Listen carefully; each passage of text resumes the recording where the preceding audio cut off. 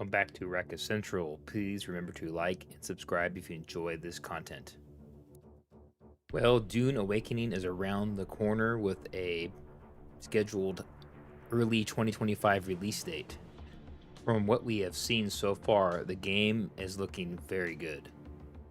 Some of the latest information we had came from Dune Direct Episode 3, which had some information that came from Gamescom, which was in Cologne, Germany last month. Based on the information we had coming out of Gamescom and the Dune Direct Episode 3, we saw many new functions of the game. We saw some of the skills and weapons and other things we were going to see come out in the game. Some things we saw, such as characters harvesting flower sand, which is used in creating items and crafting items in the game, was very interesting. We got to see early breakdown of the character creation, the early part of the game, which they had disclosed at about the first 20 hours of the game. You're really going to be kind of somewhat grinding the character out to get to some of those later functions and later abilities to start getting to the mid-level game. Some of the building functions you'll be able to do is to create a building, then save it as a blueprint. So later on, you can just sell those to other players or just lay the blueprint down and build straight off of that blueprint with the resources that needs. And that was pretty cool, actually. They did say that we'll be able to mix and match some of the design icons, such as with building blocks, other areas of the game. So I could basically make a House Harkonnen and Atreides hybrid structure, which is pretty interesting.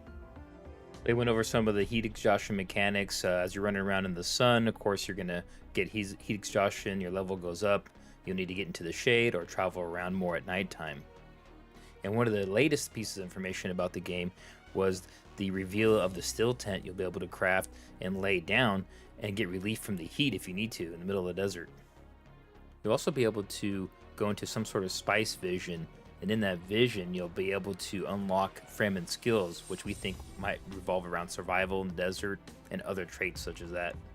I had a hypothesis that some of the Fremen skills might unlock Fremen structural blueprints that will enable the player to be able to put Fremen structures down or something like that, which I think would be very interesting in the game. They also went more in depth on the resource collecting. It's somewhat of a mini game. You'll scan the resource and then you'll find the weak point, and then that's where you'll actually use your laser drill to harvest that resource. You'll also be able to use a scanning technique and then blow sand away with a sand compactor to find buried treasure out in the desert, which is also a very interesting technique to use.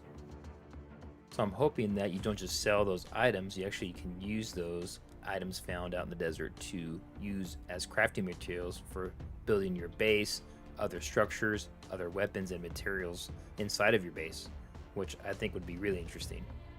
I don't think they've said specifically that you can find blueprints in the desert, but I do think that'd be interesting if some of these special, more harder items to find in the desert would be actually blueprints themselves.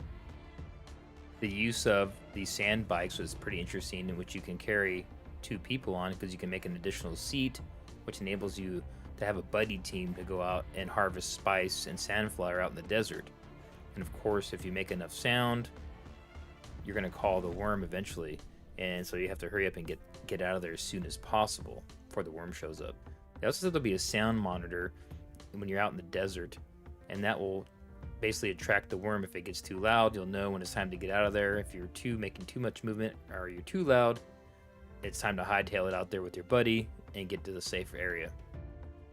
And of course, if you have to get out of there, if the worm shows up, of course you get to the rocky areas, outcroppings, because as just in the lore, in the books, and in the movies, sandworms can't go through hard stone or rock. So that's pretty much the safe areas you want to get to in that situation. They also went into more detail about the spice events, the spice harvesting events, and in this, a giant spice plume will erupt. All factions will see it across the map, and then there'll be a mad rush to the spice plume to get as much spice as you can before other factions show up, or in the event the worm shows up too, to swallow that event whole. In these last few updates, they also showed much more of the skill tree for combat skills and other skills, and they showed some of the attacks. You use some attacks like from the movies. You use your suspensor belt knee attack, other takedowns like that. You have an interesting shield wall skill you'll be able to use and lay down a shield to block incoming fire and attacks, which was very interesting. I am curious to see how well the combat does turn out in this game. Some of the footage we have seen was somewhat lackluster in some areas, although very good in other areas. But I'm interested to see what you think in the comments down below. What do you guys think how the combat has been looking so far? Because the combat is essentially what will make or break this game, as with most games. The harvesting and the crafting and the building is pretty much a simple mechanic to get out there, but the combat is really what we're looking for in this game. So let me know what you think in the comments of all the information they have out. Early 2025 release, we don't know. Is that February or March? And will that be early access? But in the next few months, I think we'll have a better idea of that. So until next time, thank you, and I'll see you later.